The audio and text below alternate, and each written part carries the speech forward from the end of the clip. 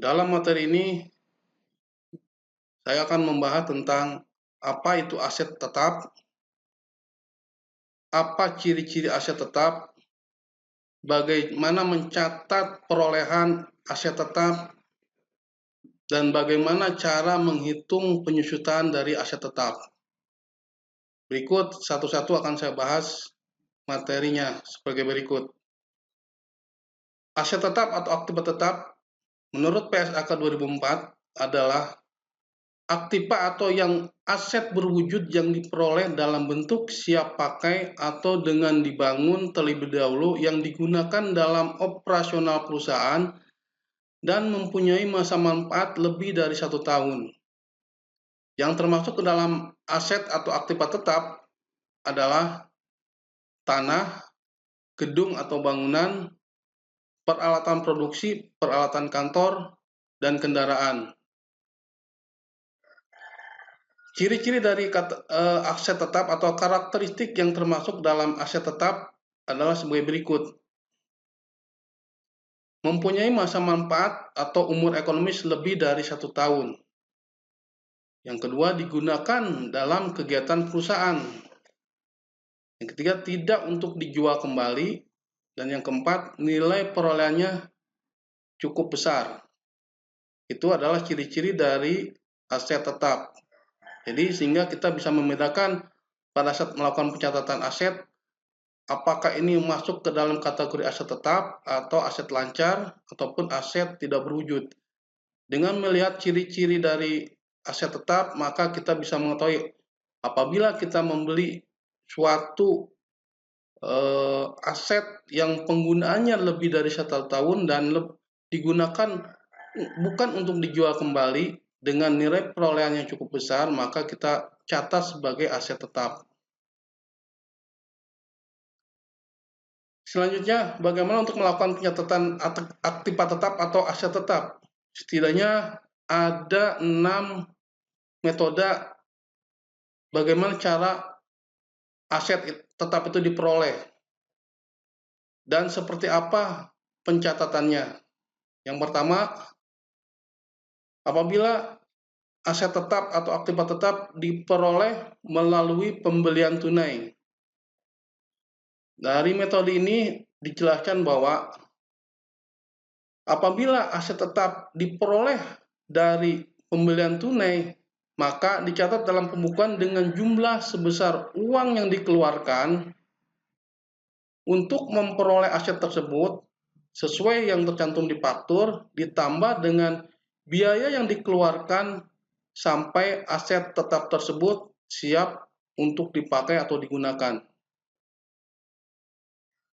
Apabila ada unsur potongan harga, maka hal itu akan menjadi pengurang nilai perolehan. Sebagai contoh,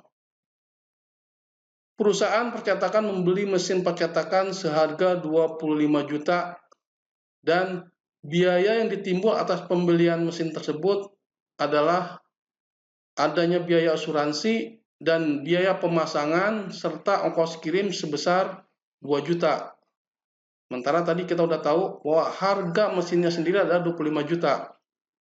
Maka pencatatannya apabila pembeliannya dilakukan secara tunai, kita bisa identifikasikan harga mesin diperoleh dengan harga 25 juta. Biaya-biaya yang timbul sampai mesin itu siap digunakan, tadi contohnya ada biaya asuransi, biaya pasang dan ongkos kirim sebesar 2 juta, maka nilai perolehan aset tersebut adalah 27 juta. Jadi harga mesin ditambah biaya-biaya yang mesin itu siap digunakan oleh perusahaan. Maka transaksinya akan dicatat sebagai berikut.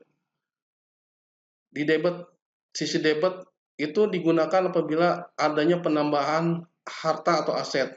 Jadi kita catat di sisi debit mesin percetakan seharga 27 juta dan di kredit karena kas atau bank kita berkurang sebesar 27 juta, maka dicatat di sebelah sisi kredit sebesar 27 juta.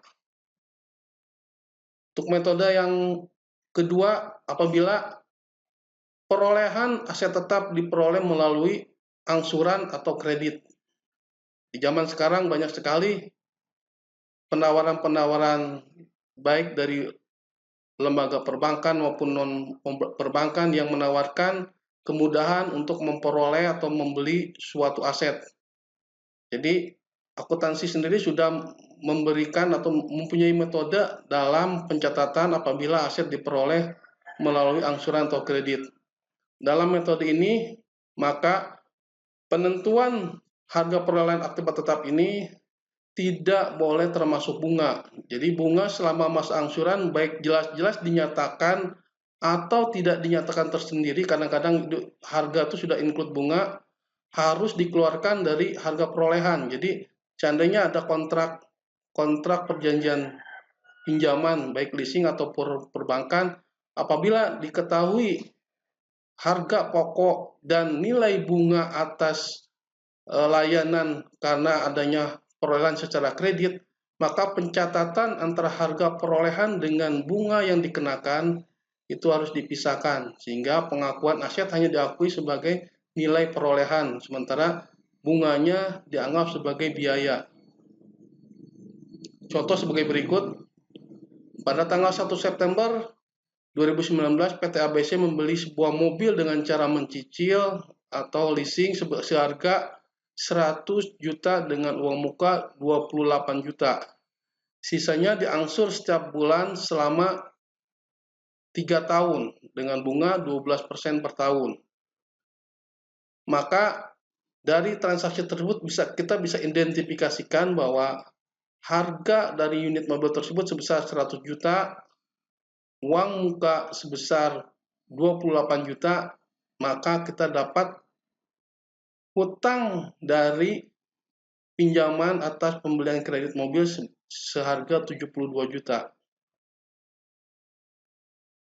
Pada saat di perjanjian disebutkan bahwa itu harga sudah termasuk dengan bunga. Kalau dinyatakan bahwa harga yang diperoleh tidak termasuk bunga, sebagai contoh yang seperti yang saya gambarkan di layar berikut ini, bunga terpisah dan sudah bisa diidentifikasi bahwa bunga untuk pembelian kredit selama 3 tahun adalah 12% per tahun dikalikan 3, berarti jumlah bunga atas pembelian mobil itu 36%. Maka untuk mencatat transaksi kendaraan debit mobil 100 juta, kreditnya untuk uang muka 28 juta menggunakan uang kas, sisanya adalah hutang dari pada leasing itu sendiri, hutang pokok leasing sebesar 72 juta. Sementara angsuran per bulannya akan dicatat sebagai berikut. Karena ini 72 juta ini adalah nilai dasar kredit atau nilai pokok kredit. Kita bisa menghitung bahwa total bunga kredit per bulannya, kalau saya hitung dari 12% per tahun dikalikan selama 3 tahun, berarti rata-rata satu bulan itu bunganya sekitar 1% dari pokok pinjaman 72 juta. Jadi pada saat angsuran jatuh tempo, maka pencatatan jurnalnya sebagai berikut. Hutang pokok akan berkurang sebesar 2 juta, biaya bunganya sebesar 720.000 per bulan, maka uang kas kita untuk melakukan angsuran sebanyak jumlah hutang pokok ditambah bunga sebesar 2.720.000.